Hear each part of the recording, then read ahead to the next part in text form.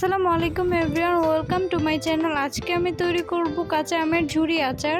ঝুরি আচার তৈরি করার জন্য এখানে আমি 2 কেজি কাঁচা আম নিয়েছি। এবার এগুলোকে গ্রেটার দিয়ে গ্রেট করে নিব। এগুলোকে আমি গ্রেট করে ধুয়ে ছেঁকে নিয়েছি। ছড়ানো প্লেটের মধ্যে আমগুলো দিয়ে দিচ্ছি।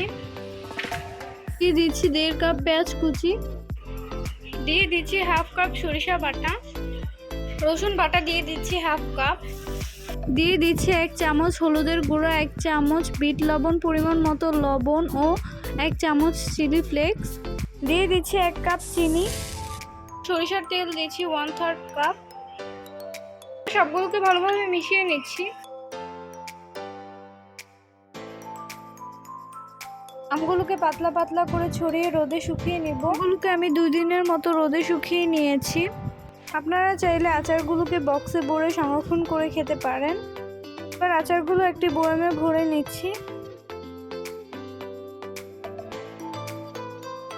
দিয়ে দিচ্ছি পরিমাণ মতো সরিষার তেল। আমি তেলটাকে আগে গরম করে তারপর ঠান্ডা করে নিয়েছি। তৈরি হয়ে গেল একদম সহজ পদ্ধতিতে কাঁচা আমের ঝুরি আচার। রেসিপিটা ভালো লাগলে একটি লাইক দিয়ে চ্যানেলটি সাবস্ক্রাইব করে রাখবেন।